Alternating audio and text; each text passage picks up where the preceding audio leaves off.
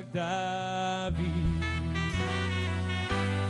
Я ликую, я ликую, я ликую, как Давид. Я ликую, я ликую, я ликую, как Давид. Когда Дух Святой меня наполняет, я ликую, как Давид. Когда Дух Святой меня наполняет, я ликую, как Давид. Я ликую, я ликую, я ликую, как Давид. Я ликую, я ликую, я ликую, как Давид. Дух Святой меня наполняет, я танцую, как Давид. Когда Дух Святой меня наполняет, я танцую, как Давид. И все вместе. Я танцую, я танцую, я танцую, как Давид. Я танцую, я танцую, я танцую, как Давид. Когда Дух Святой меня наполняет, я кричу, как кричал Давид. Когда Дух Святой меня наполняет, я кричу, как кричал Давид. Я кричу, я кричу, я кричу, как кричал Давид. Я кричу, я кричу, я кричу, как кричал Давид. Аллилуйя! Как Давид я танцую, Иисус. Я буду танцевать тебе, Иисус. Еще! Я танцую, как Давид. Аллилуйя, аллилуйя. Я буду петь, как Давид. Когда Дух Святой меня наполняет, я кричу, как кричал Давид. Когда Дух Святой меня наполняет, я кричу, как кричал Давид. Еще раз. Когда Дух Святой меня наполняет, я пою, как пел Давид. Когда Дух Святой меня наполняет, я пою, как пел Давид. Я пою, я пою, я пою, как пел Давид. Я пою, я пою, я пою, как пел Давид. Я пою, я пою, я пою, как пел Давид. Я пою, я пою, я пою, как пел Давид. Я танцую, я танцую, я танцую, я танцую, как Давид. Я танцую, я танцую, я танцую. Еще раз, я ликую, как Давид.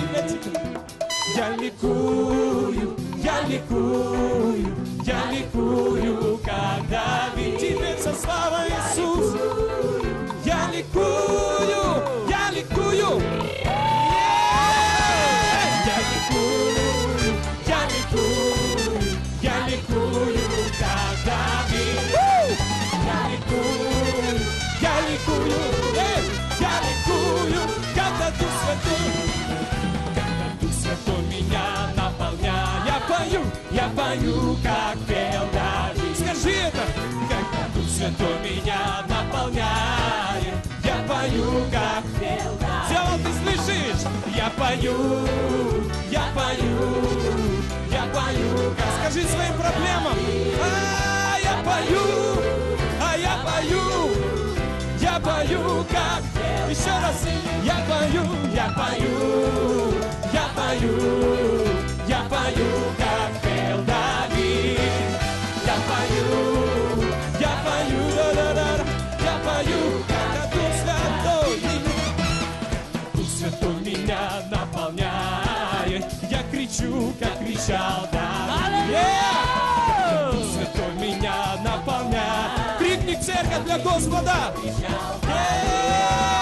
Я кричу, я кричу, я кричу, как кричал Давид.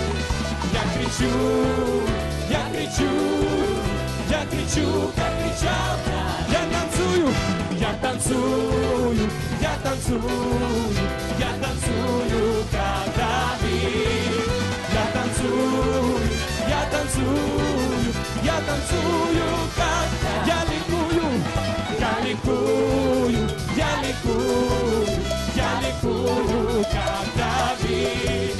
Я ликую, я ликую, я ликую, как Давид. Я ликую, я ликую, я ликую, как Давид. Я ликую, я ликую, я ликую, как Давид. Вся слава тебе, Иисус! Народ Божий прославляет тебя сегодня. Аллилуйя, мы не можем не прославлять тебя, Господь. Ты достоин всей славы, Бог. Аллилуйя, мы будем аплодировать тебе, Иисус. Мы будем прославлять тебя, Бог. Наша судьба, Боже, наша жизнь прославляет тебя. Все, что мы имеем, Боже, мы будем прославлять тебя этим. Еще раз. Аллилуйя, аллилуйя, аллилуйя. Я танцую, я танцую, я танцую, как Давид. Я танцую, я танцую, я танцую, как Давид. Я танцую, я танцую, я танцую, как Давид. Я танцую, я танцую, я танцую, как Давид. Я танцую, я танцую, я танцую, как Давид. Я ликую, я ликую, я ликую, как Давид. Я ликую, я ликую, потому что Господь жив. Я ликую, я ликую, я ликую, как Давид. Я ликую, я ликую, я ликую. Я кричу, я кричу, я кричу, я кричу, как кричал Давид. Я кричу, я кричу, я кричу, как кричал Давид. Аллилуйя! Воздаем огромную славу. Аллилуйя! Мы будем поклоняться Тебе, Господь. Аллилуйя! Ты наш Бог, Ты наша скала, Господь, Ты опора наша, Иисус. Поміж тут Твій допоможе, коли більш ніхто не зможе, і ніхто не дасть руки, тільки Ти.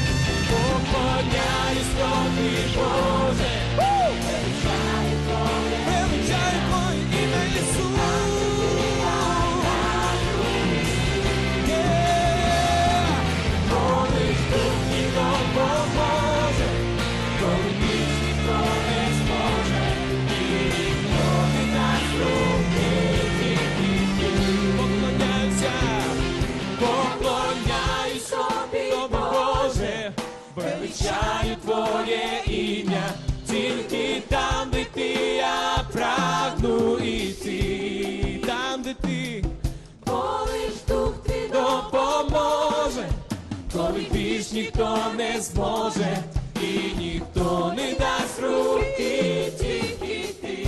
Та, Ісус, поклоняюсь тобі, Боже, величаю Твоє ім'я, тільки там, де ти, я прагну йти. Бо лиш Дух твій допоможе, коли більш ніхто не зможе, і ніхто не дасть руки, тільки ти. Поклоняюсь тобі, Боже, величаю Твоє ім'я, тільки там, де ти, я прагну йти. Коли ти допоможе, коли більш ніхто не зможе, і ніхто не дасть руки, тільки ти. Поклоняюсь тобі, Боже, величаю Твоє ім'я, тільки там, де ти, я прагну йти. Коли ж Дух твій допоможе, коли більш ніхто не зможе, і ніхто не дасть руки, тільки ти. Люблю тебе, Ісус, люблю тебе. Люблю тебе, любимо тебе, Ісус. Люблю тебе, Ісус. О-о. Люблю тебе, Ісус.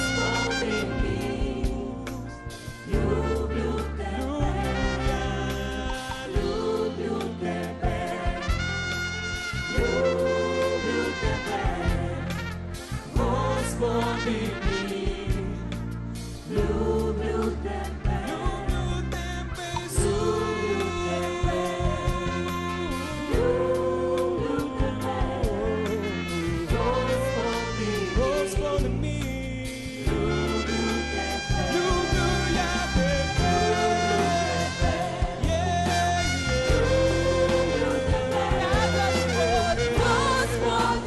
Господи мій, люблю тебе, Господи мій, люблю тебе, ми любимо тебе, любимо тебе,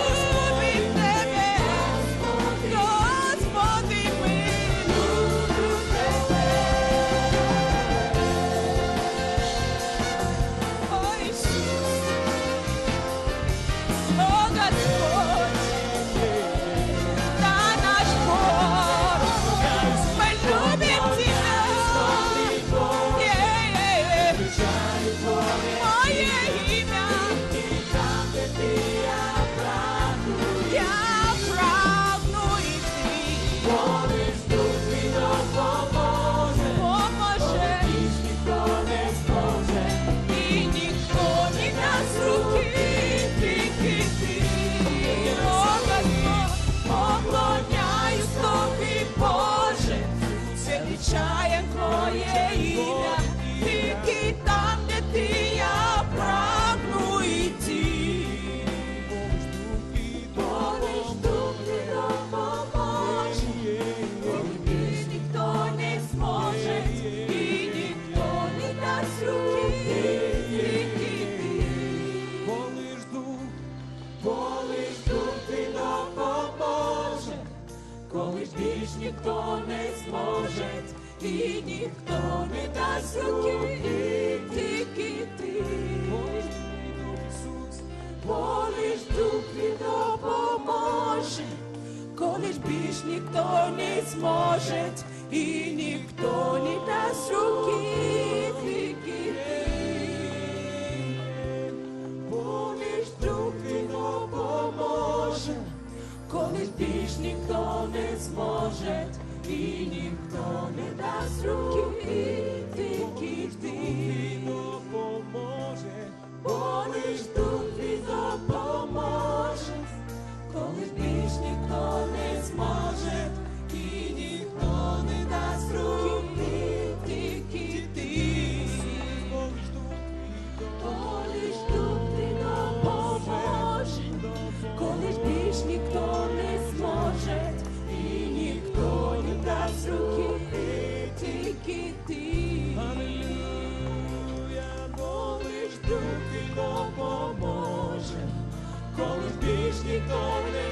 поможет, и никто не даст руки, тільки ти.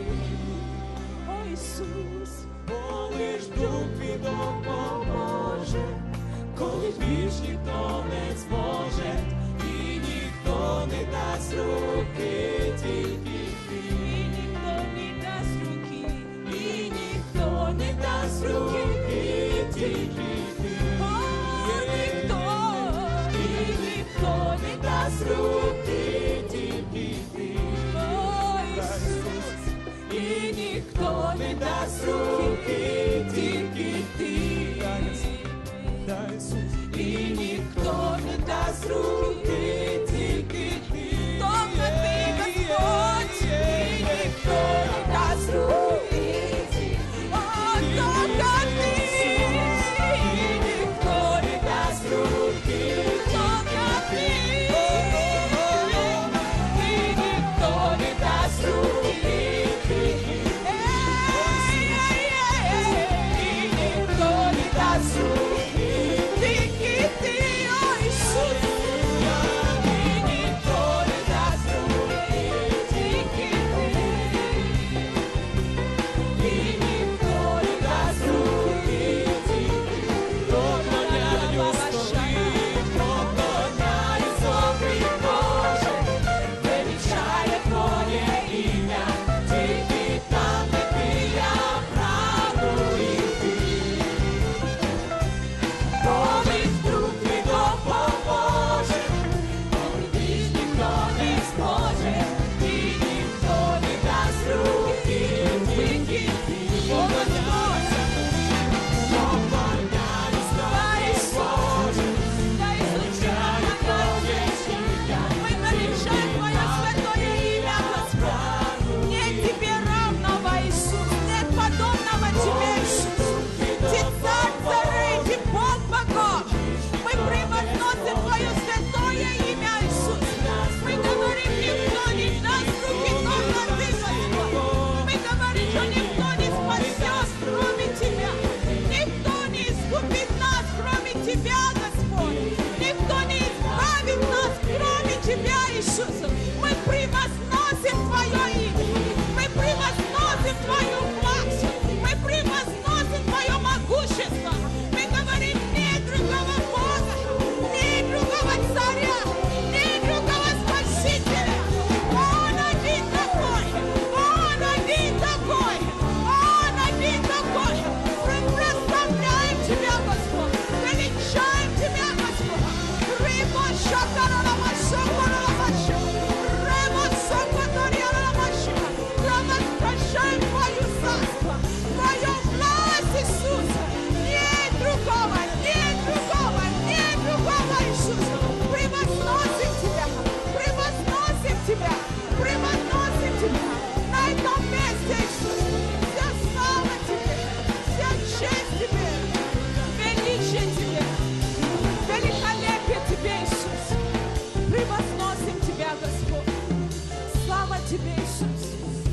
Слава Тебе, Иисус. Господь, мы благодарим Тебя, что действительно никто не даст руки только. Никто нам не спасет, никто нам не поможет, Господь. Мы преклоняем колено пред Тобой сегодня. Признаем Твое могущество, Твое превосходство. Боже, мы говорим, что Ты Бог и нет другого. И у нас есть гости из Греции, и они будут приветствовать наших новых людей. Знаете, такие люди, и я прошу, чтобы гости уже выходили на сцену, и такие люди, как мы, я обращаюсь к вам, которые первый раз, такие люди, как мы, по всему миру, такие люди, которые отданы полностью Богу, такие люди, которые против греха, такие люди, которые говорят, да будет воля Твоя, да придет царство Твое, а не по всему миру. Вы их найдете в Америке, вы их найдете в Австралии, вы их найдете в Африке, вы их найдете в Греции. Поэтому это не секта, это самое крутое движение в мире, это самое мощное движение в мире, искупленный Богом. И есть подарок для вас. И наш брат Виктор из Греции будет петь для вас. Великолепный певец. Приветствуем его. I need you for a few moments, Pastor, to translate. Thank you. Slava Bogu! Hallelujah! Вау! It is so wonderful to be back here again with you. Так замечательно вернуться к вам сегодня. Me and my beautiful wife Katya, who's sitting right here in the У меня front. очаровательная жена Катя, она сидит здесь впереди. Приветствуем тебя, Катя. I took her away and I brought her back. Я забрала ее от вас и принес обратно, верну. We come together, praise God. Слава This Богу. actually makes my 5th trip, me personally, my 5th trip to Ukraine. Я уже 5-й раз приезжаю в Украину. So I think that makes me family. Это значит, что являюсь частью вашей семьи. Я чувствую себя как Yeah, I часть hope. вашей семьи. Yes, praise God. And I'm very excited because most of the songs I will be sharing through this time that I'm here are from a new album. I'm very excited about a new album which is available back there. Я очень рад, потому что те песни, которые буду петь в эти дни во время годовщины, они из нового альбома, который я выпустил и который доступны сегодня для продажи. Amen. Praise God. I will sing of your name till you return in your glorious reign. That's what this song says. Я сейчас буду петь песни, название песни, да я буду петь о твоем имени, пока ты не вернется в славе. Praise God. Let's Слава rejoice Богу, together. давайте Amen. послушаем.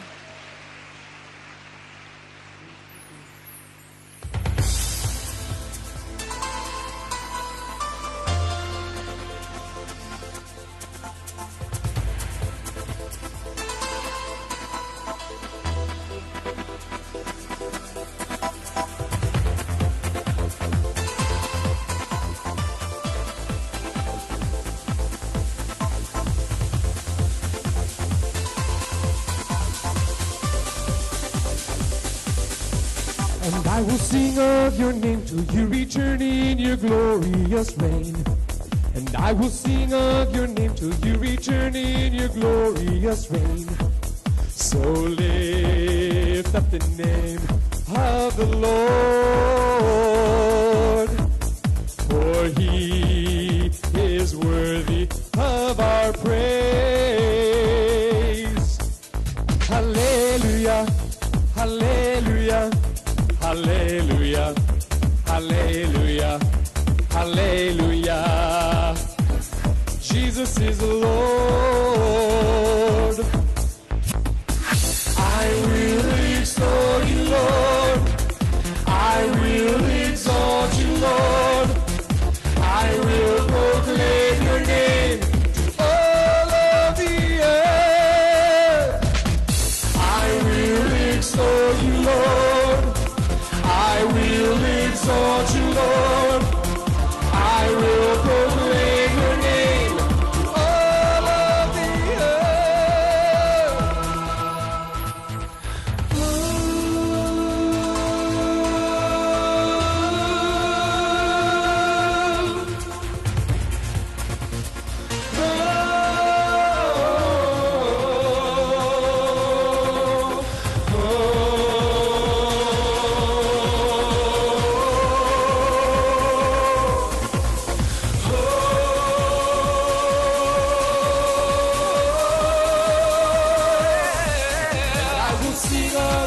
till you return in your glorious reign.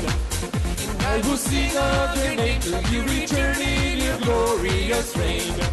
So lift up the name of the Lord, for he is worthy of our praise. Hallelujah, hallelujah, hallelujah, hallelujah, hallelujah. Jesus is the Lord. I will exalt you, Lord. I will extol you, Lord. I will proclaim your name to all of the earth. I will exalt you, Lord. I will extol you, Lord. I will proclaim your name to all of the earth. And I will sing of your name till you return in your glorious reign. So lift up the of the Lord, for he is worthy of our praise. Hallelujah, hallelujah, hallelujah, hallelujah, hallelujah. Jesus is the Lord. Jesus is the Lord. Jesus is the Lord.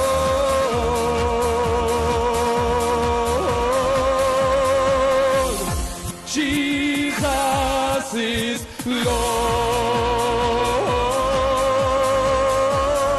Lord. Jesus is the Lord.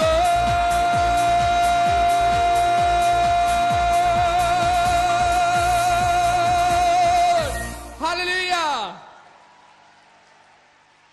You are welcome. Thank you. So good to see you. Hallelujah. So glad to be here this afternoon.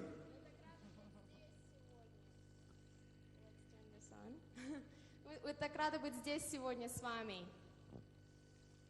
Katya is now my daughter-in-law. Теперь Катя моя дочь.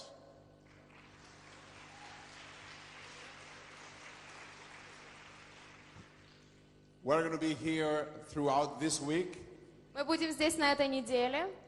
We'll be sharing the music. Мы будем делиться нашей музыкой. But this afternoon, my wife Joy Но сейчас я и моя жена, and I will be sharing a song мы хотели бы спеть одну песню, that I wrote especially for here. которую я специально написал для вас. Sing, all nations sing, Называется «Пойте, все народы, пойте, unto the great and mighty King. великому и прекрасному царю. Sing Hosanna, hallelujah. Пойте Осанна, аллилуйя. Sing Hosanna to the King. Пойте Осанна царю». And you'll hear international music, and then we're going to have a little bit of Greek. И вы услышите вступление из разных народов мира, а потом перейдет в греческий стиль. And we'd like you to sing with us. И мы бы хотели, чтобы вы пели вместе с нами. We love your pastors, Pastor Sunday and his wife, Bosie, Мы бы хотели, чтобы пастор Санде и его жена Боси, and they have a special part in our hearts. и мы очень любим их, и они занимают особенное особенное место в наших сердцах. And we love them dearly. Мы очень сильно их любим. Amen. Аминь. Yeah.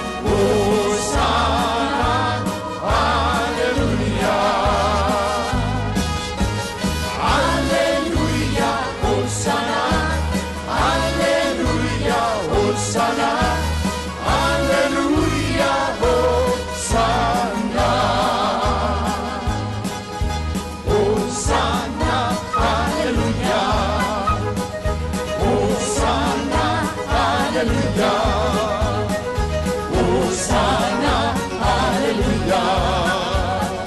Hosanna, hallelujah. Hallelujah, Hosanna, hallelujah, Hosanna, hallelujah, Hosanna. Hallelujah, hallelujah, hallelujah, hallelujah, hallelujah, hallelujah, hallelujah,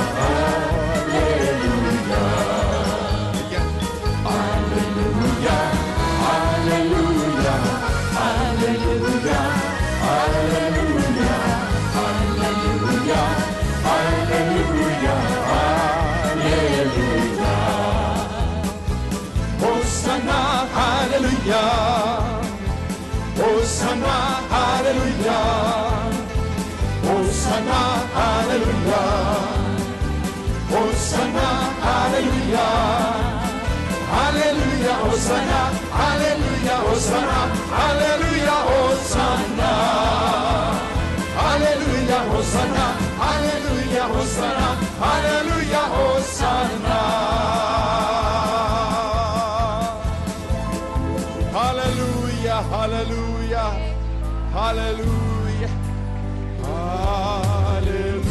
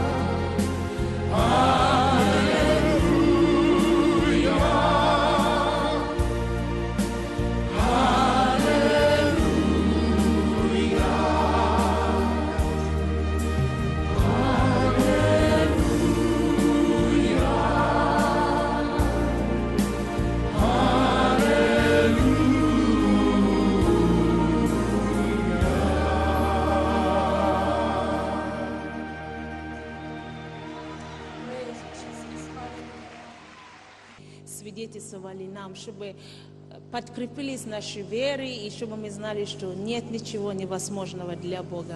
Приветствуйте брата Джона и Мариану. Слава Господу!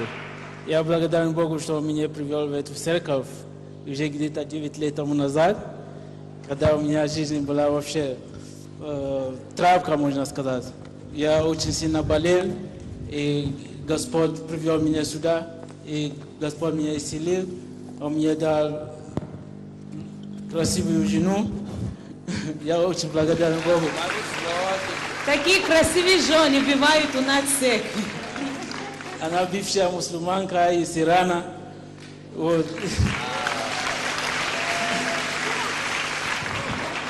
Я хочу поблагодарить пастора Сандею, который я слушал все это время, и я вникал в его учения.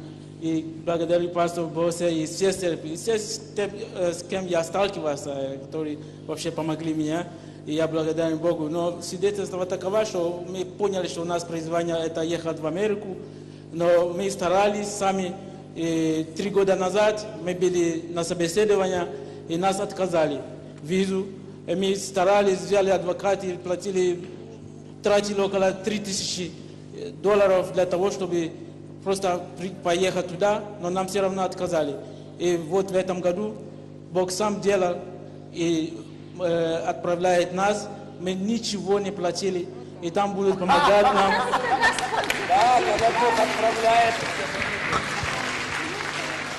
Нам на первое время дают квартиру, будут оплачивать за нас, будут оплачивать за учебу, чтобы мы усовершенствовали английский язык. И на какое-то время, пока мы не станем на ногах, нас будут помогать финансово. И это чудо для нас, потому что и мы вот уже во вторник утром уезжаем. Так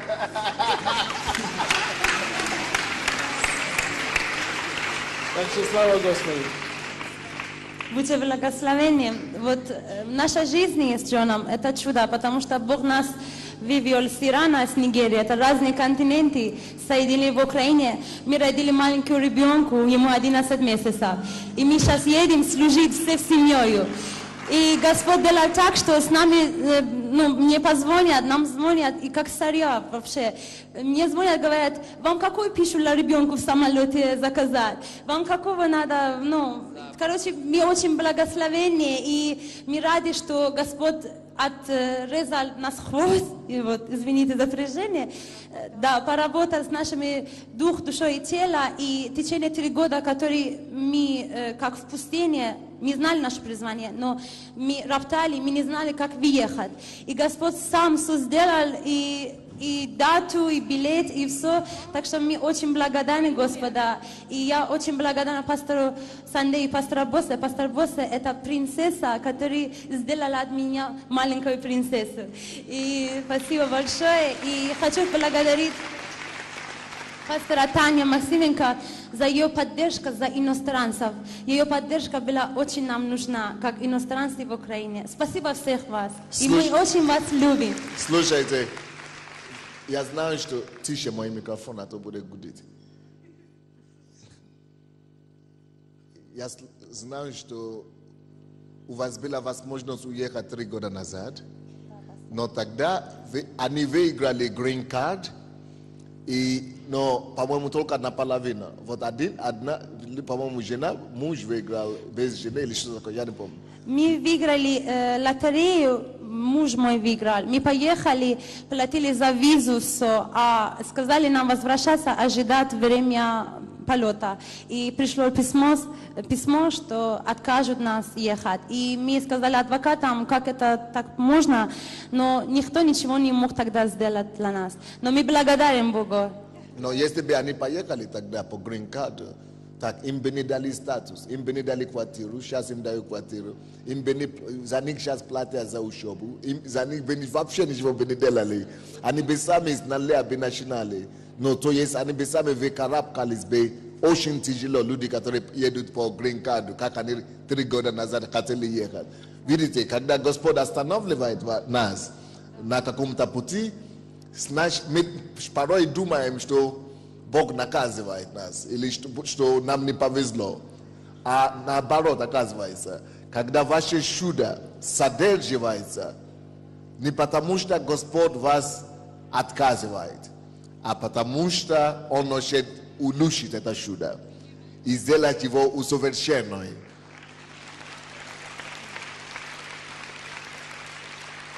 Всякое, чего вы ожидаете от Господа, и которое вы уже думали, я уже должен бы его получить, и вы не получали, либо оно вам не нужно было, либо Господь над ним работает, чтобы оно станет намного лучше, так, чтобы оно вам печаль не принесло, а чтобы оно только благословение вам принесло. Вот в их жизни так и было. Они им дали все законно, и бакс им отказывают.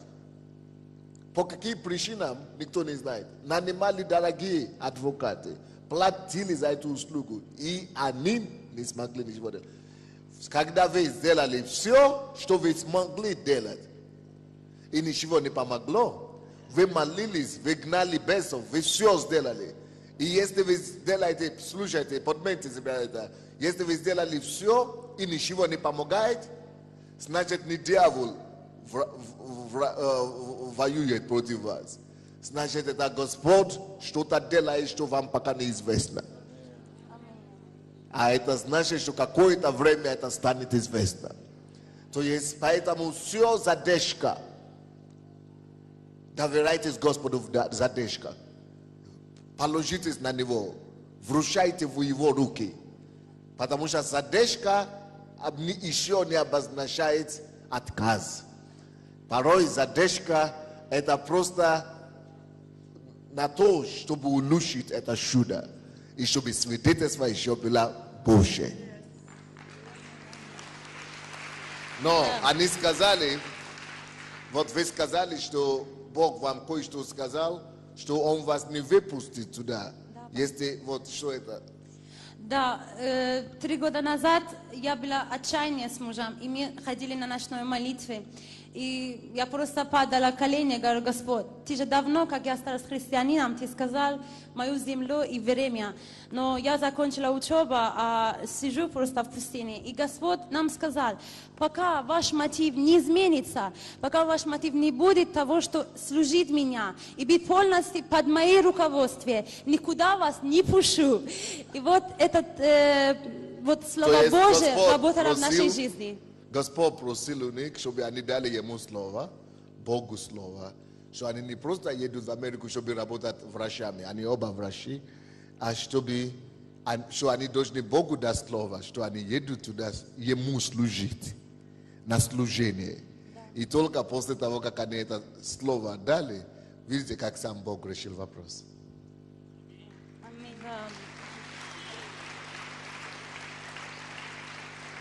Я буду скучать по них, конечно, они мои лидеры по английской церкви, но я решила их опускать. Я опускаю мои хлебы по водам, и я знаю, что по течение некоторых дней вернется ко мне в лица других людей.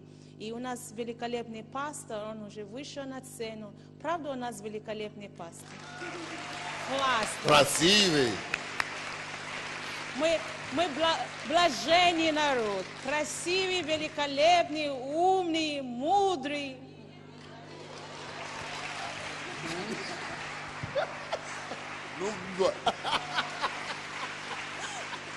Терпеливый. И пастор. Ну, молодец. Что даешь такие комплименты будем. Прямо накрываешь. Это на канале годовщины, пастор. Это на канале 40-летия. Подарок готовить моя годовщина и к день рождения. Разве это не здорово? Господи, в имя Иисуса, мы благодарим Тебя за эту щиту. Мы благодарим Тебя, Господь, за то, что Твое помазание на них. Господь, как Самуил, возложил руку на Давида и на Саула, и Дух Божий пришел на них. Шагади гиди гакая, magaku kutuku temebeya, gekite kekebo zaya.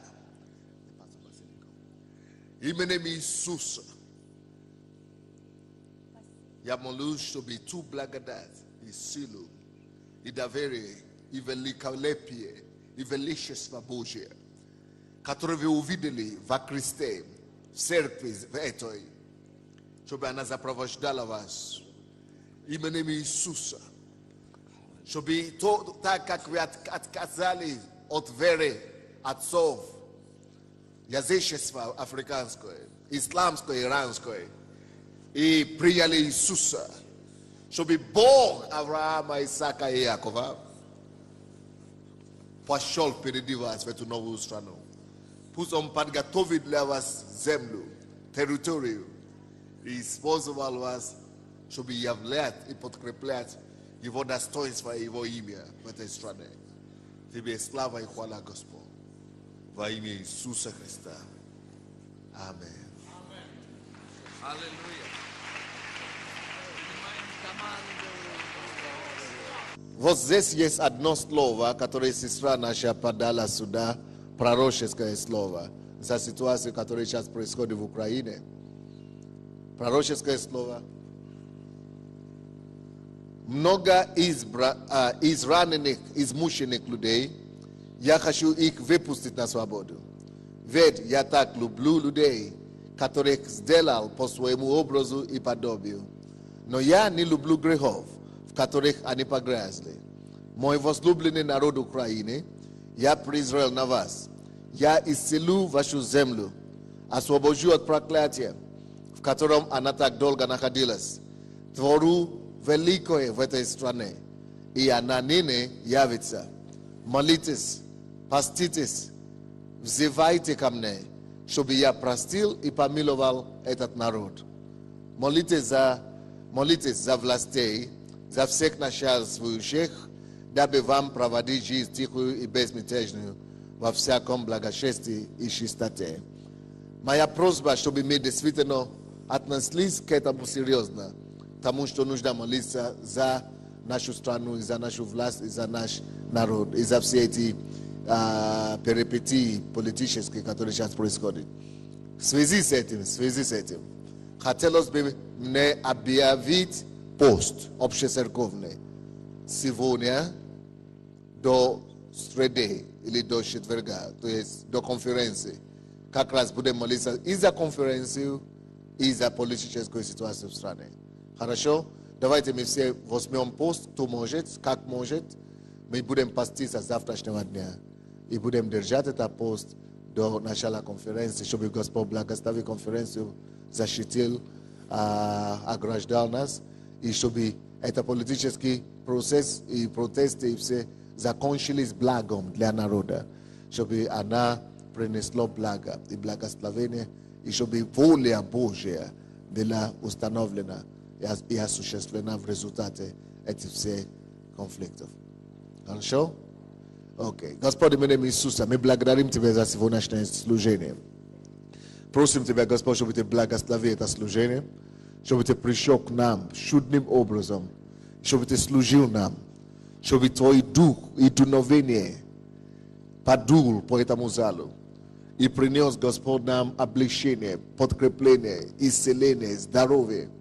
Я запрещаю всякие атаки, всякие давления, моральные, духовные, душевные, которые идут на Твоих детей. Именем Иисуса. Я запрещаю всякие атаки на семьи, на работе, на призвание. Всякие дела дьявола мы разрушаем во имя Иисуса.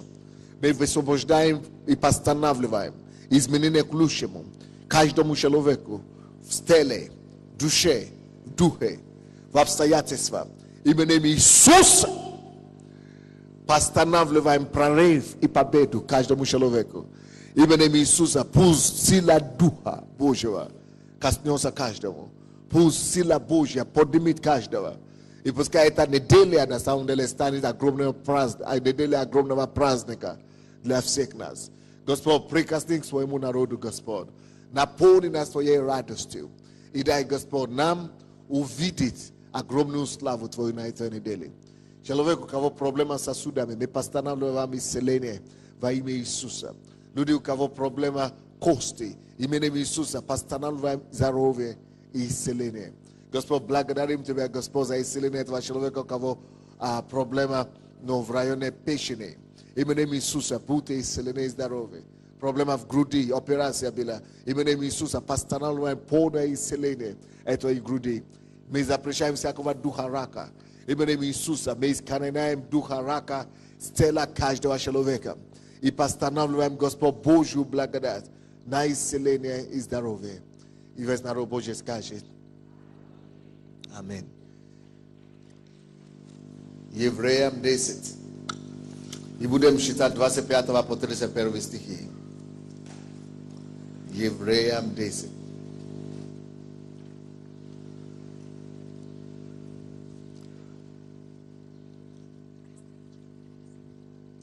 Евреям 10, 25 стиха по 31 стихи.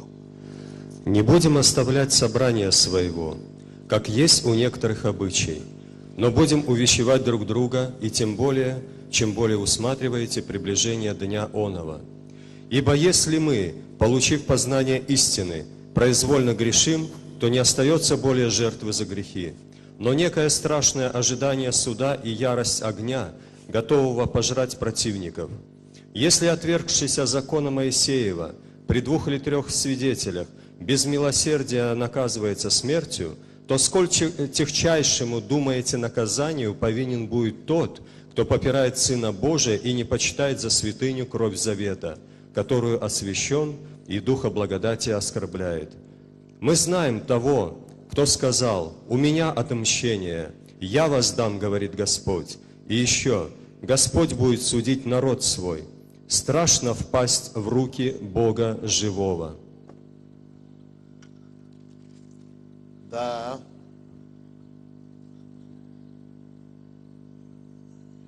Вот в этом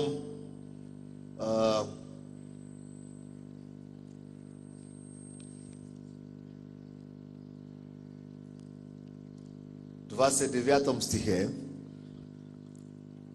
последняя фраза там звучит так. Кровь завета, которую освящен и Духа благодати оскорбляет. Я хочу проповедовать сегодня на тему оскорбляя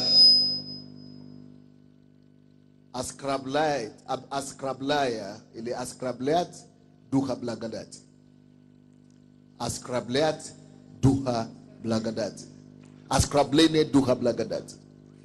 Оскорбление Духа благодати. Оскорбление, insulting the Spirit of grace. Оскорбление Духа благодати. Insulting the Spirit of grace. Это вот так написано в Евреям 10:29.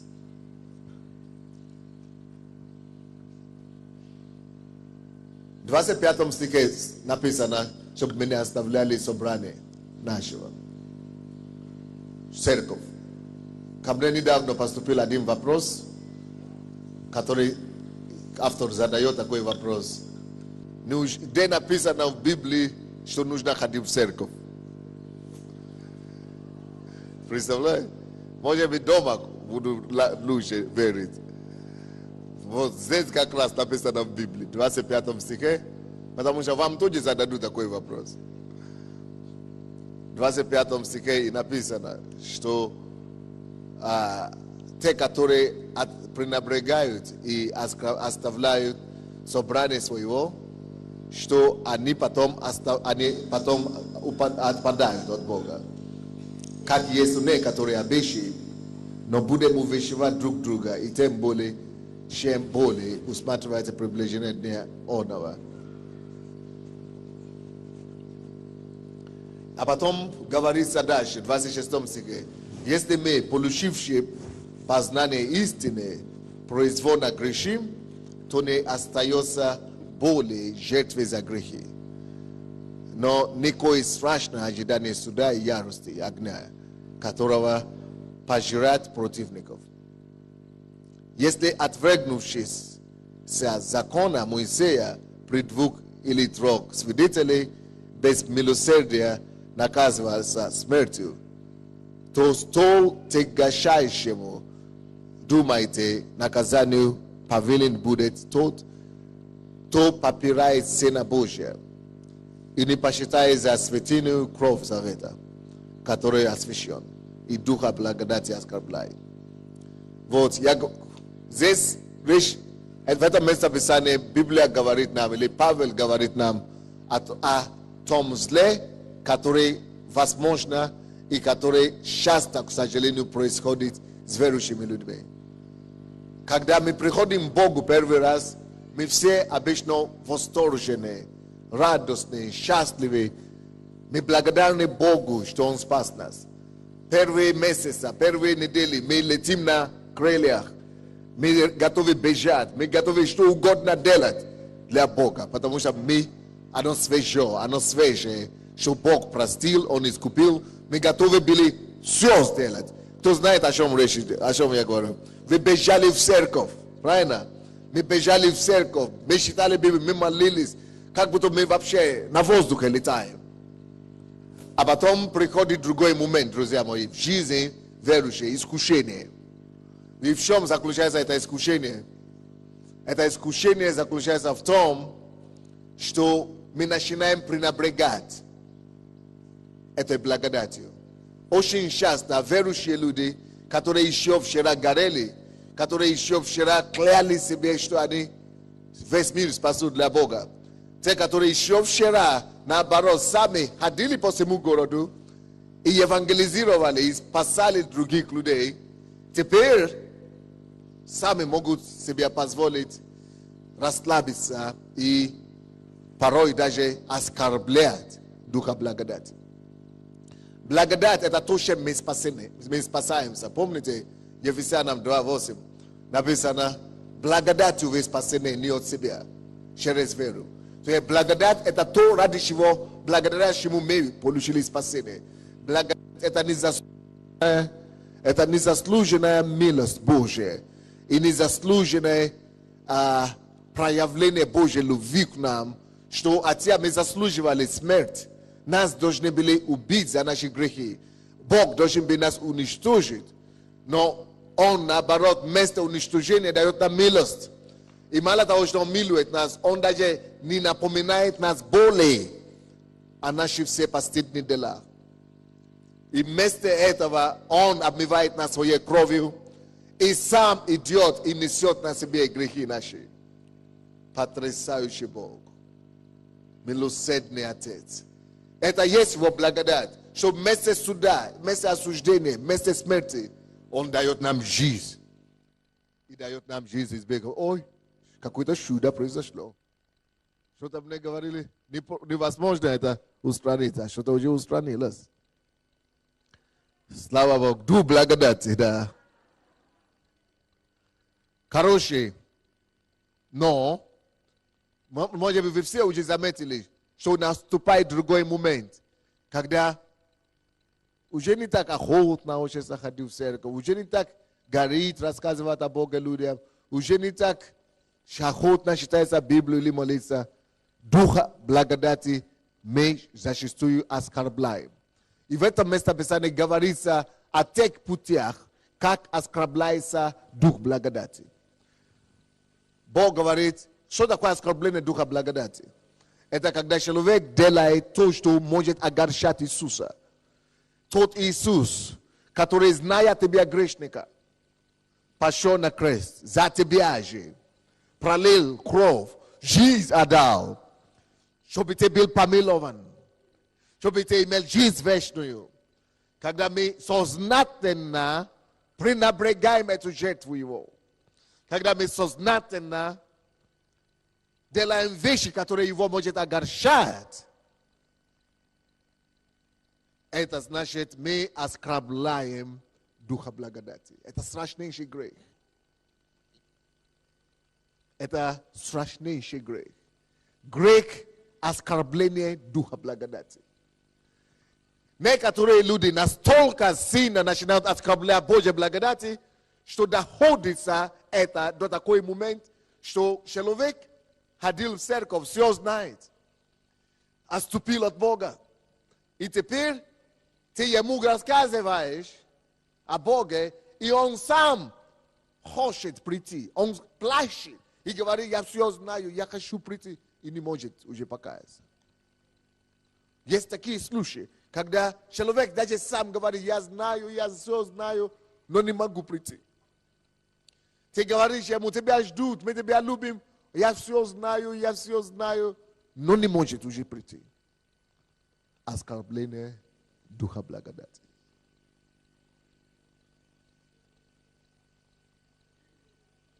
Пусть Бог спас нас. А от чего это происходит, друзья мои? Во-первых, что приводит, давайте я вам дам по пунктам вообще. Что приводит людей к тому, чтобы оскорблять Духа Благодати? Что служит причиной этого греха, оскорбления Духа Благодати? Первое, это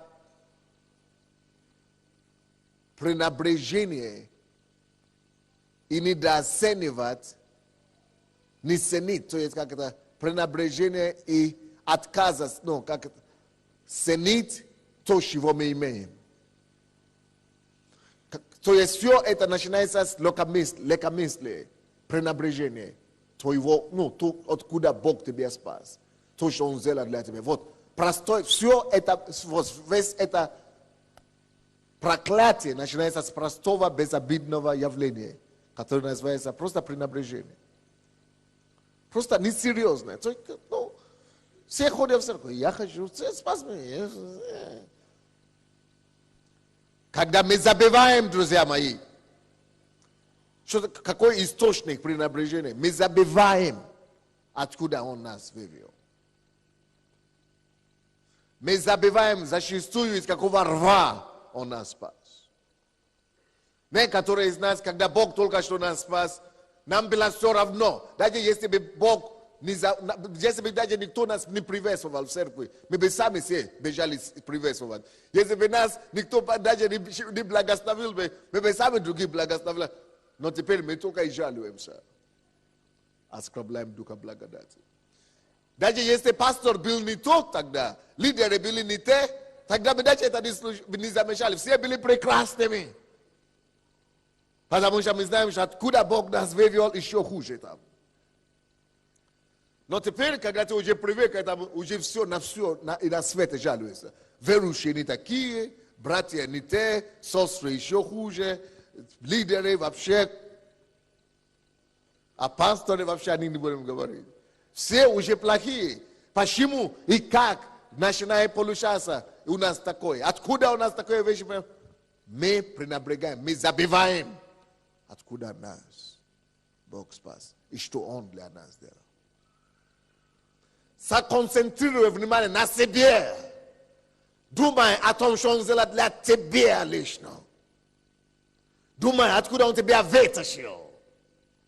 Если ты будешь побольше об этом думать, ты будешь поменьше думать о том, кто тебя не приветствовал сегодня на служение. Будешь поменьше думать о том, что тебе не звонили домашняя группа на день рождения. Это что, только у тебя день рождения или что ли? Тебя не поздравили, поздравь себя. Тебе забили, ты вспомни кого-то. Тебе не звонили, ты возьми трубку, кому-то звони. Не подарили ничего, возьми что-нибудь, кому-то подари. Вот это пренебрежение приводит к такому состоянию, когда мы начинаем жаловаться на других.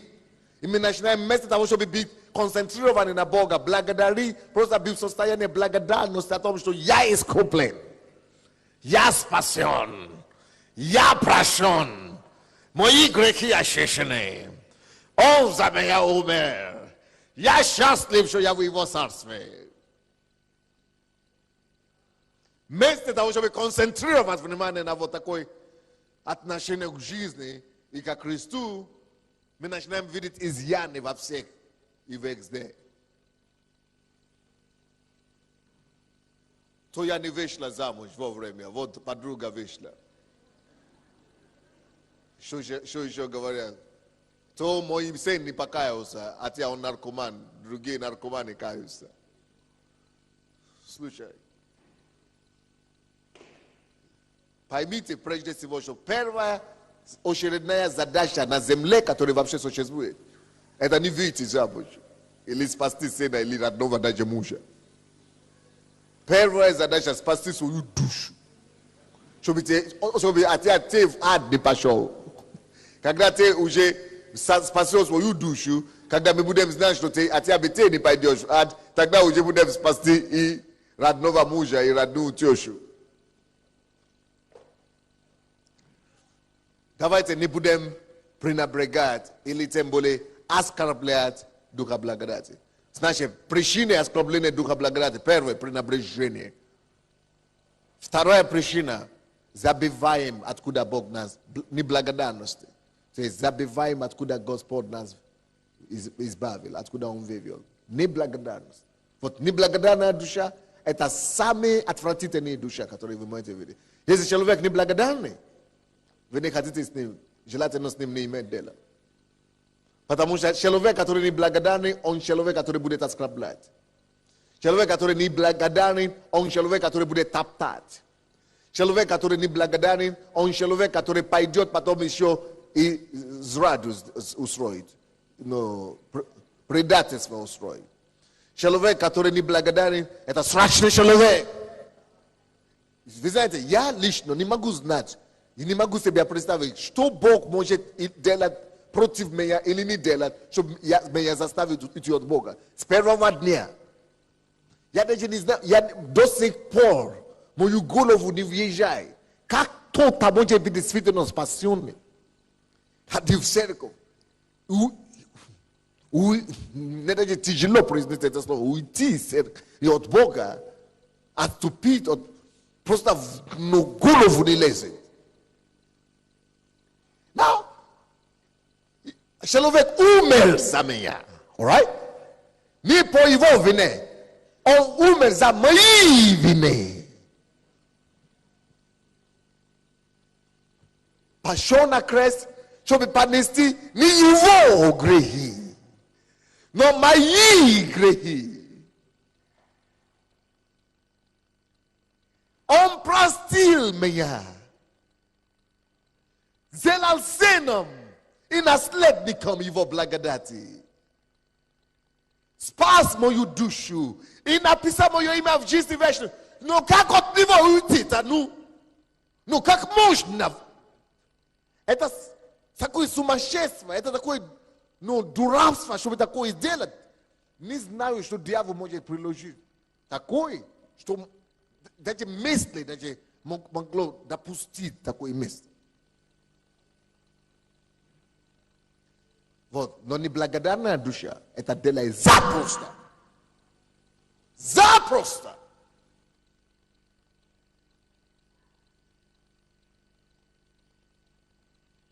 Неблагодарность души страшная. Потому что он способен на предательство, он способен на убийство, он способен на то, чтобы плевать на того, кто ему помог. Он способен на то, чтобы растоптать того, кто ему помог.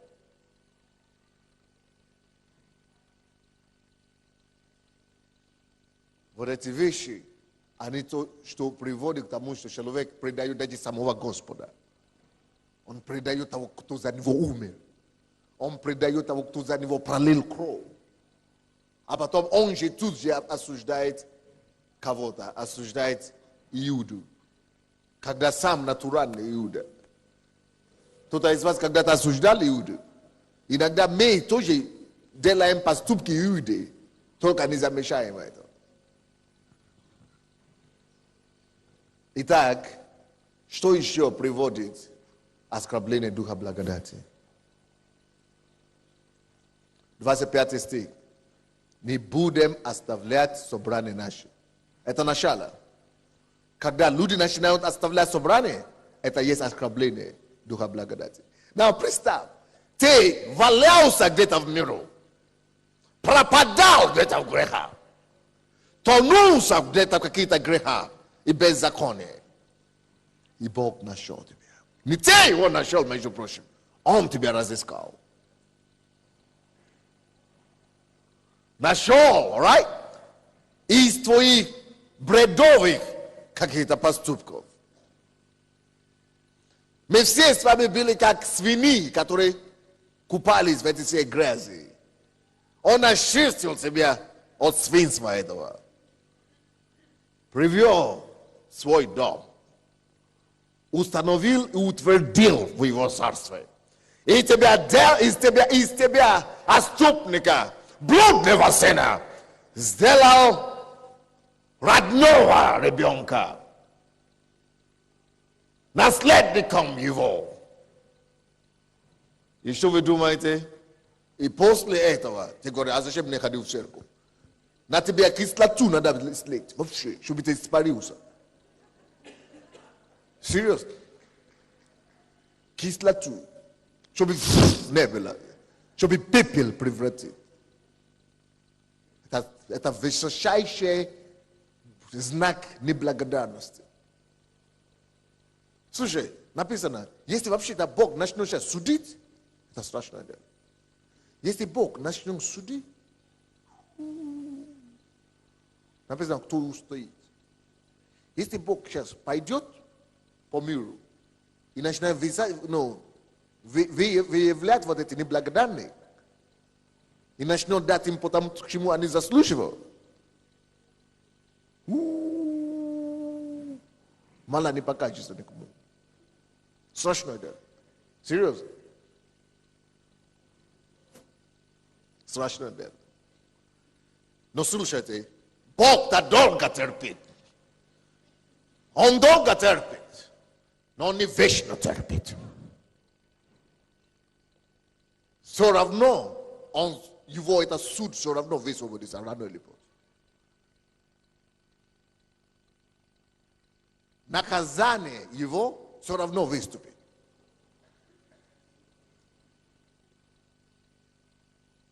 И его суд будет произнесен.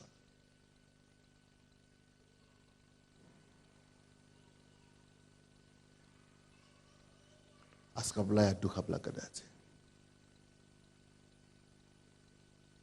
Оскорбляя духа благодати. Оскорбляя. Оскорбление духа благодати. Давайте поднимем руки. Я не хочу оскорбить твой дух Божий. О Боже, Боже, Боже. О Боже, Боже, Боже.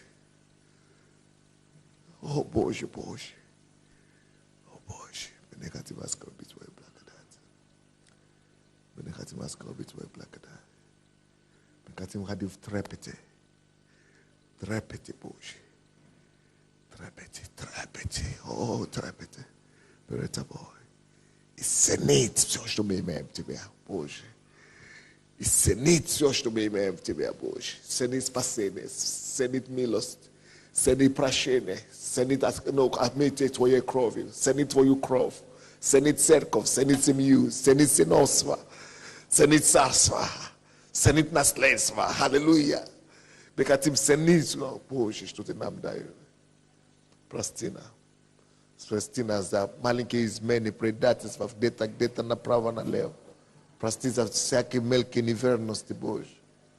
Прости. Мы Тебя умоляем и просим во имя Иисуса.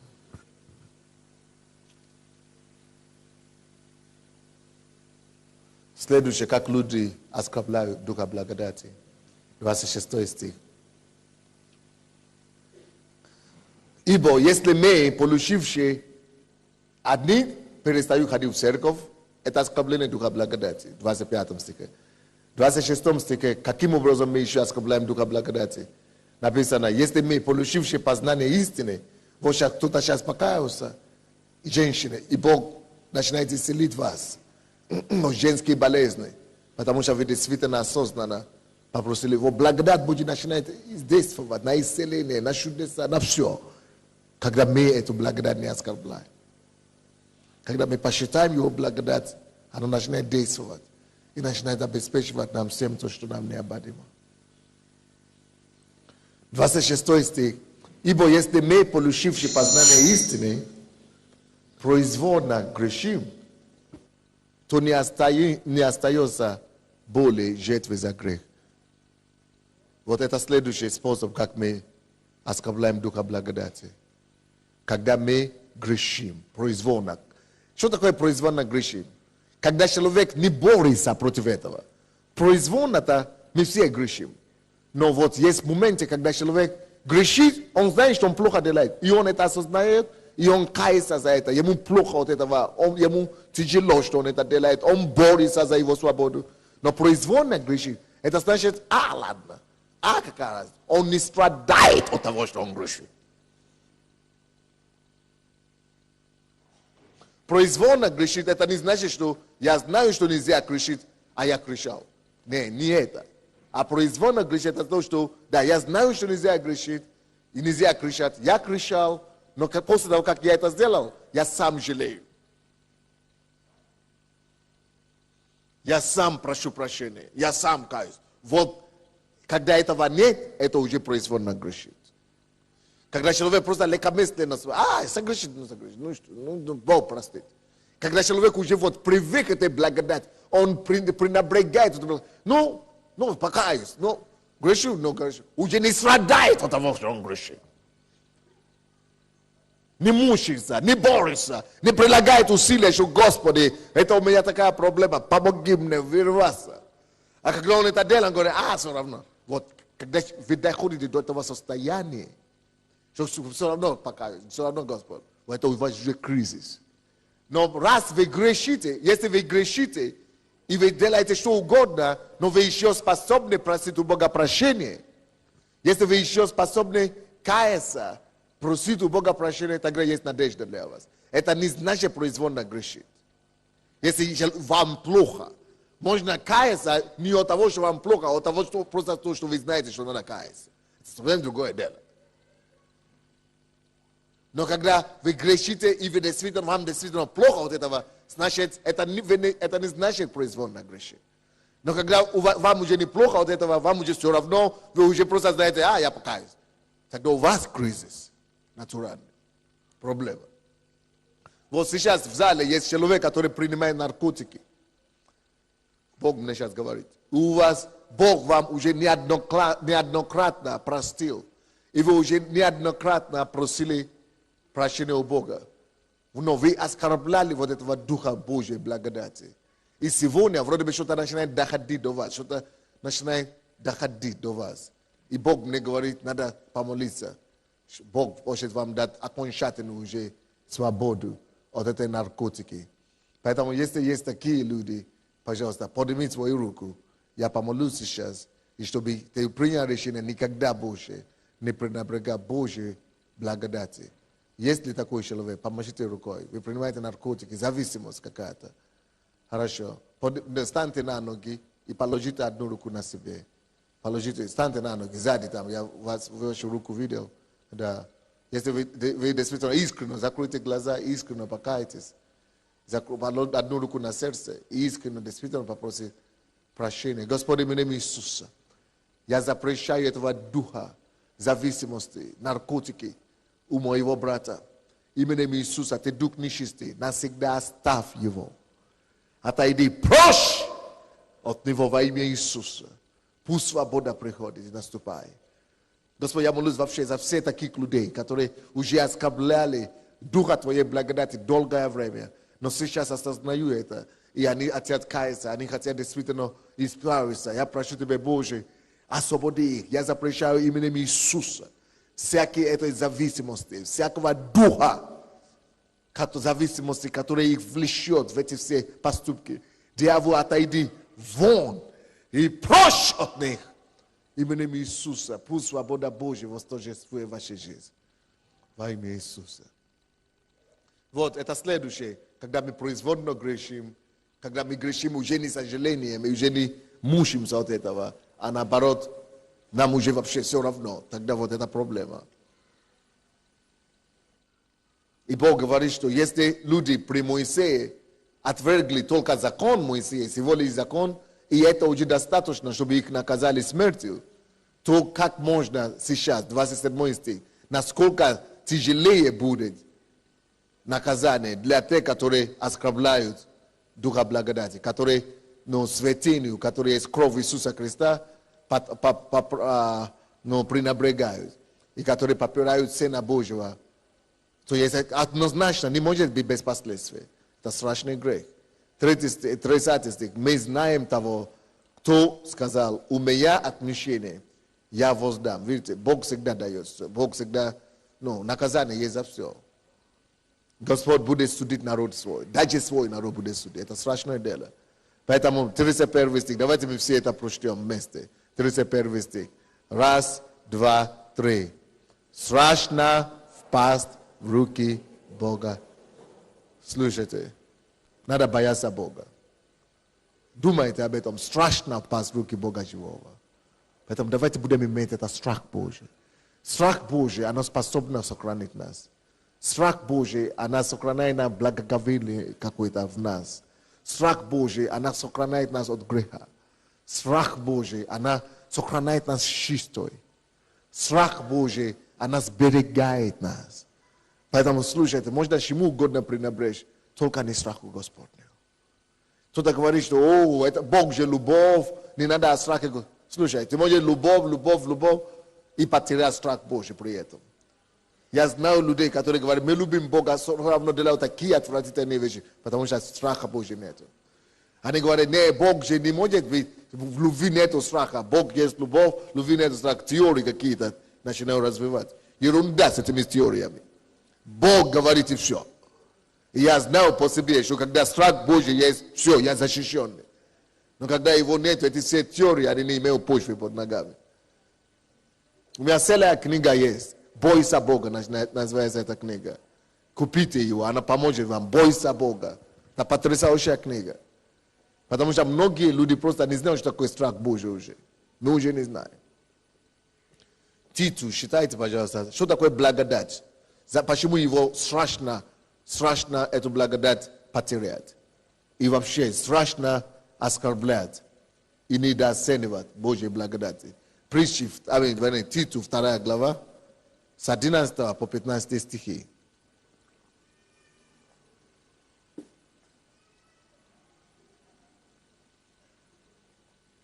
Для чего нам нужна благодать? Помимо того, что она приносит нам спасение. Да, благодать умеет спасение, и люди думают, что это все, что благодать делает. Нет, у благодати потрясающие функции, которые мы должны знать. И почему нам нельзя пренебречь благодатью? Потому что если мы начинаем пренебрегать и оскорблять Божьей благодатью, эти функции его, они уже не будут исполнены в нашей жизни. Да. «Ибо явилась благодать Божия, спасительная для всех человеков, научающая нас, чтобы мы, отвергнув нечестие и мирские похоти, целомудренно, праведно и благочестиво жили в нынешнем веке, ожидая блаженного упования и явления славы великого Бога и Спасителя нашего Иисуса Христа, который дал Себя за нас, чтобы избавить нас от всякого беззакония и очистить себе народ особенный, ревностный к добрым делам. Сие говори, увещевай и обличай со всякою властью, чтобы никто не пренебрегал тебя». Слушайте, что нам дает благодать? Первое. В 11 стихе говорит, что явилась благодать Божья, спасительная. Напишите. Благодать, во-первых, дает спасение. Благодать в спасение, чтобы никто не хвалился. Никто сам, какой бы он ни был праведный, не сможет себя самого спасти. Бог послал благодать его нам. Милость. Что такое благодать? Это как милость. Незаслуженная милость.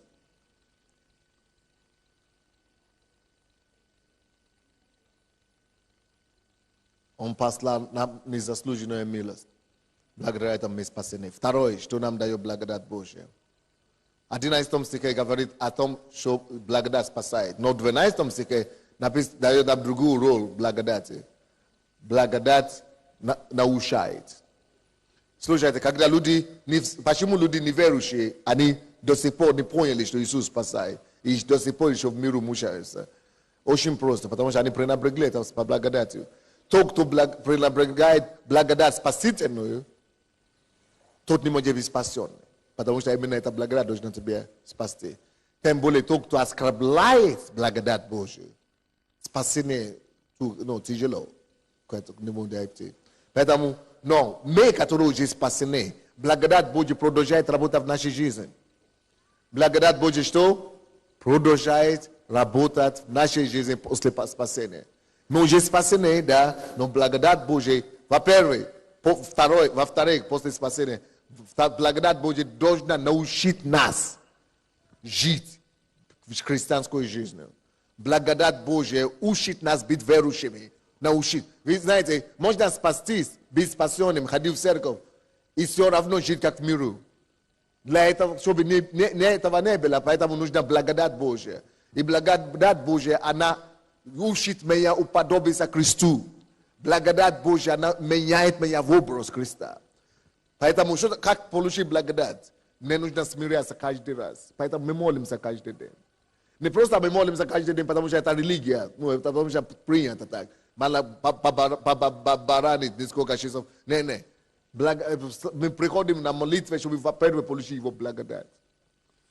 Поэтому каждый день, когда мы стоим на колени, мы молимся, мы хотим, чтобы его благодать. Я смиряю и говорю: Господь, я никто. Потому что через смирение эту благодать приходит. И когда я начинаю говорить: я никто, он начинает брать ответственность на то, чтобы меня учить. Когда я смиряю себя под его крепкой рукой и говорю: Господь, я не могу. Этим самым я признаю свои безделие, но без помощности. Так, чтобы я мог рассчитаться на его помощи. Благодать, она учит нас, но она учит только тем, которые способны принимать это через смирение, сокрушаться и войти и принимать это все. Алло, все, что вы хотите быть в этой жизни, все, к чему вы когда-нибудь стремились, все возможно, если вы сможете открыться для благодати Божьей. Благодать Божья научит вас быть кем угодно. Благодать Божья научит вас быть инженером. Благодать Божья научит вас быть отличником. Благодать Божья научит вас быть миллионером, если надо. Благодать Божья научит вас быть первым, а не последним. Благодать Божья научит выигрывать ваших врагов. Благодать Божья вынести и выведет вас в любые ситуации жизни, какие бы сложные они не были. Но для этого надо уметь сокрушаться под этой благодатью. Он научит. Благодать Божья учит. И не только в церковных стенах. Благодать Божья научит тебя в любом месте, где ты его призовешь и где ты будешь на него полагаться. Благодать Божья возьмет тебя за руку, как учитель, и поведет по дороге постепенным, который ты никогда не шел. Благодать Божья откроет твои глаза, увидит невидимое, увидит сокрытие сокровища. Благодать Божья — это Божья сила и стратегия, и дух, и действие его духа, который должен сделать нас способными там, где у нас нет своей способности. Который должен сделать нас сильными там, где у нас нет своей силы. Который должен научить нас быть способными делать и творить такие вещи, которые иначе бы люди бы говорили невозможно. Благодать не только спасает нас. Благодать его еще и обучает нас. Нуждаетесь ли вы в обучении в чем-то? Помощи. В том, чтобы выучить английский язык. Ко мне все приходят, и пасторы, и жалуются. Английский что-то у меня не идет. О, я уже 3 раз его начал учить. Выучивать не получается. Потому что вы еще не поняли действие благодати Божьей как учитель. Благодать Божья поможет вам справиться с любой задачей, друзья мои. Благодать Божья научит вас. Скажите, что она научающая благодать. Она какая?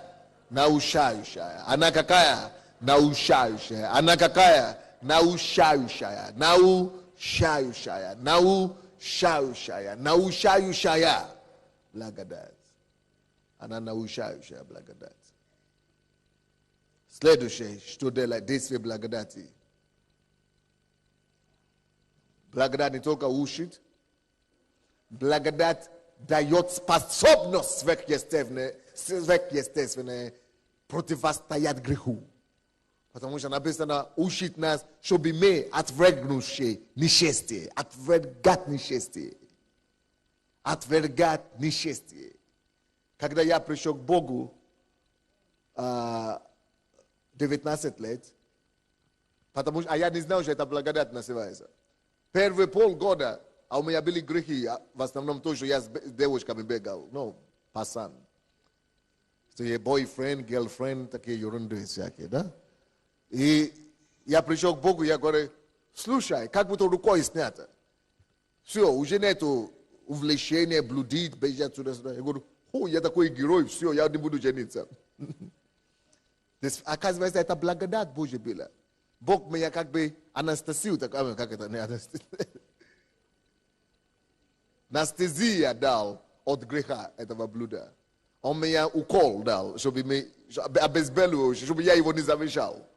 И такой полгода я думал, я такой гуру, вообще женщин уже нету на свете. Оказывается, это Бог дал инъекция благодати его. Чтобы, как бы не замешал, чтобы просто... А потом полгода прошло, я приехал в Советский Союз, в общежитие.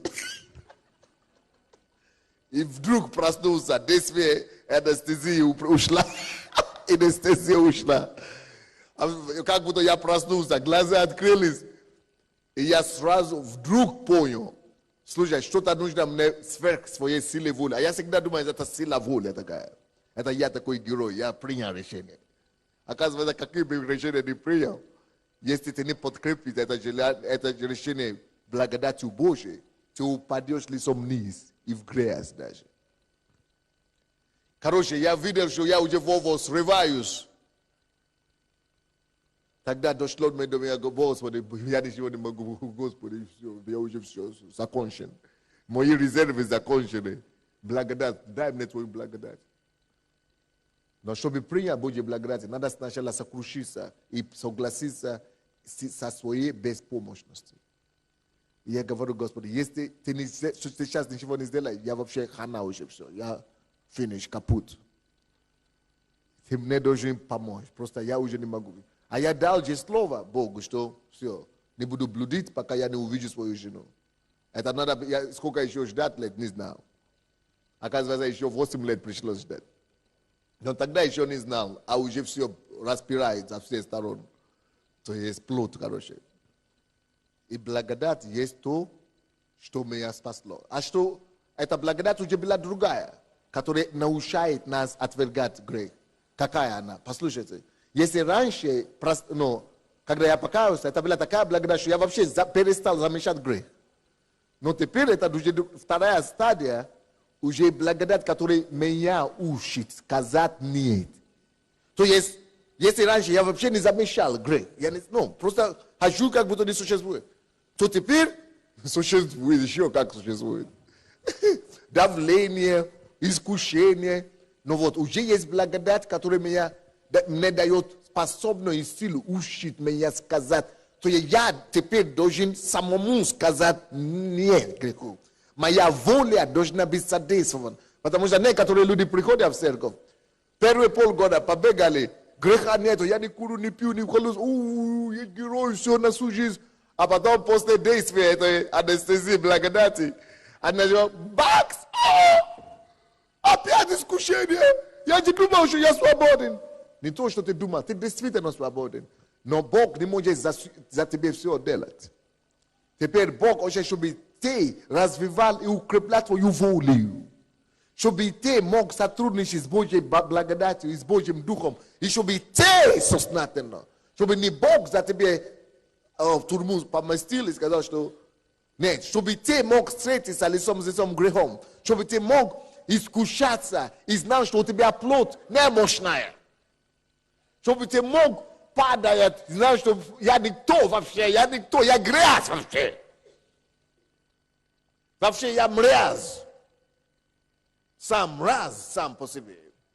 Я ни к чему не способен, поэтому и тем больше мы сможем сокрушиться и признаться в искренне себе, какой я на самом деле никакой. Тем больше мы можем быть открыты. Потому что Дух благодати его все равно научил нам и находить спасительные силы и сказать все-таки нет, не буду это делать, не буду это делать. Вот благодать вот так действует. Учит нас, чтобы мы сами сказали нет. Чтобы мы сами противостояли зла и греху. Чтобы мы сами сказали нет. Благодать его нас учит, чтобы мы взяли ответственность за свою жизнь. Я не буду так жить. Я не буду грешить. Итак, благодать учит нас. Не делает нас неспособными грешить. Не делает нас грех непробивающими. Нет. Он учит нас сказать нет. Чтобы учит нам, чтобы дает нам благодать, способность самим сказать нет. Это значит, если мы не хотим сказать нет, мы сможем сказать да. Если мы не захотим полагаться на благодати, значит, мы сможем сказать да. Он не останавливает нашу волю. Он просто дает нам благодать, осознание.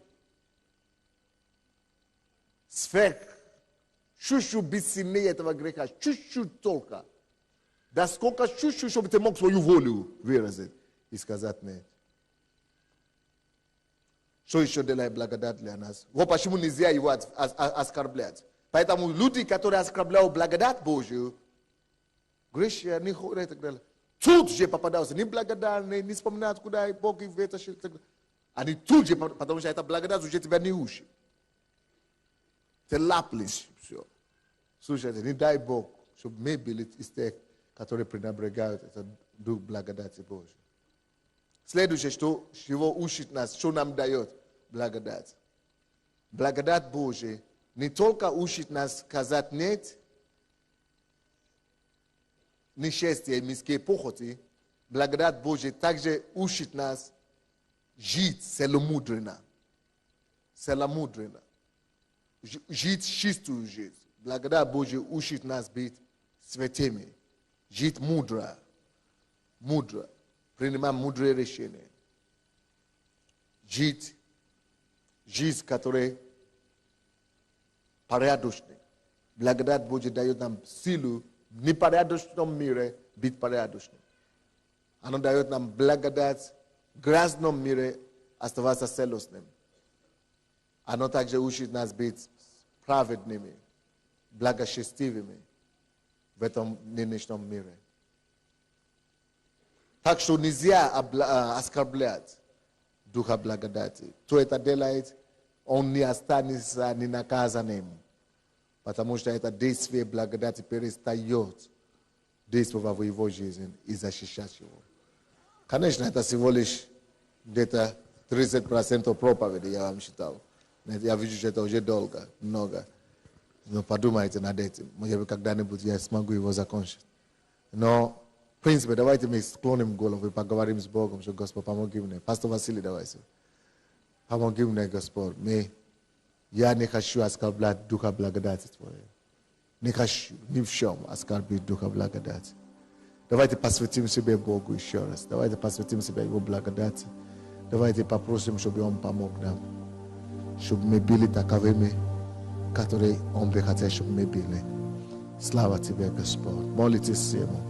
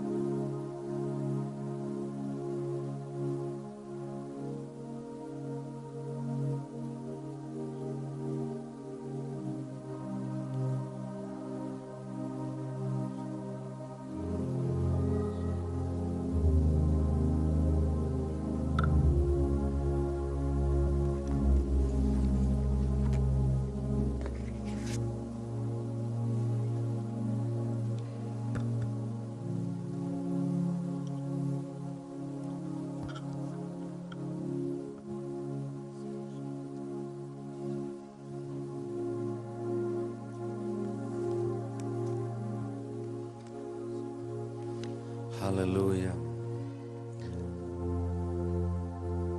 Дорогие, это страшная большая привилегия, благодать и кровь. Если отвергает закон и побивает людей, то коль паче, когда люди отвергают кровь. Законные вещи ты заплатил, ты учишься. Ты заплатил, ты лечишься. Ты заплатил, берешь товар. Ты законно живешь в стране. Ты имеешь права. Это закон. Но мы все этот закон нарушили. Все до одного. Все до одного. Нет права ни одного. Поэтому по закону мы преступники. И нас всем нужно побить камнями. Но мы сегодня, независимость от закона, независимость от оплаты, через то, что Иисус заплатил свою цену, пролил кровь, мы имеем новый доступ к Богу путем живым через кровь Иисуса Христа. А если этот новый путь через кровь, через жертву, он закрыт, потому что грех не омытый кровью, потому что грех не раскаянный, тогда смерть. И по закону преступники, и кровь попрали. Все, конец такому человеку. Закрыта дверь. Поэтому, дорогие, Библия говорит, никогда не засыпайте с грехом. Никогда не засыпайте с грехом. Никогда не ходите во грехе день-два. Потому что схватит цемент и закостенеете. Схватит грех и ожесточитесь. А потом смотришь, тебе говорят, читает Библию, а ты просто как каменный, не реагируешь ни на что. Вот так фарисеи не прислушивались и совести, и они стали жесткими, жестокими и распяли нашего Господа Иисуса Христа. Поэтому Библия говорит, никогда пусть солнце не зайдет во грехе. Попросите у кого-то прощения, покайтесь, потому что закроется дверь для благодати. Понимаю, знаю, а покаяться не могу. Пришли к одному пастору-отступнику. Ты понимаешь, что ты идешь в ад? Понимаю, знаю, а грешил, покаяться не могу, братья. Страшно, страшно, дорогие. Давайте мы примем решение такое в сердце. Господь, мгновенно буду каяться. Господь, даю слово, примирюсь с мужем, женой, с ближним, позвоню, покаяться. А перед Богом быстро, чтобы кровь Иисуса омыла, чтобы открытый канал, новый канал, не по делам, не по оплате, не по закону, а через кровь Иисуса, который заплатил за все грехи, независимость от дел, мы пришли и брали в Царстве Небесном все, любой товар, защиту, ангелов, охрану, благодать, научайся, многоразличную, исцеляющую, чтобы иметь жизнь с избытком, чтобы все брали, чтобы эта дверь была открыта, нужна чистая совесть. А совесть омывает только кровь. Поэтому храните совесть. Мы заключили завет с Богом доброй совести. И я сегодня, Господь, люблю эту церковь. Это моя церковь. Это мой дом, откуда я пошел. Поэтому я поклоняюсь Тебе в Доме Божьем. Я благодарю за этот народ, который молится, стоит на передовой арене в мировом значении. Я люблю эту церковь. Я обнимаю эту церковь любовью Иисуса. Омываю ноги. Окропляю кровью акца всякий грех. И силой Духа, и словом Твоим кровью разбиваю силу греха. Дух Господа Бога на мне. Он помазал меня. И этим помазанием сокрушаю всякое ярмо, которое на любом человеке. И кровью поражаю врага. И духом развязываю. И постанавливаю вместо унылого духа славную одежду, вместо пепла украшения, вместо плача или радости. И назовут их сильным и правдою, оправданы кровью, оправданы именем Иисуса. И они будут попирать врагов, радуясь в благодати Божией. Аминь. Воздайте славу Богу. Аллилуйя. Чудесное слово, спасающее слово от фарисейства. Последнее будем молиться за эти нужды. Церковь, я прошу стать, протяните руку сюда. Это не просто записки, это боли людей, это вызовы людей, это ситуации, это разные обстоятельства. Пожалуйста, соединяйте ваши веры и именем Иисуса Христа властью Бога.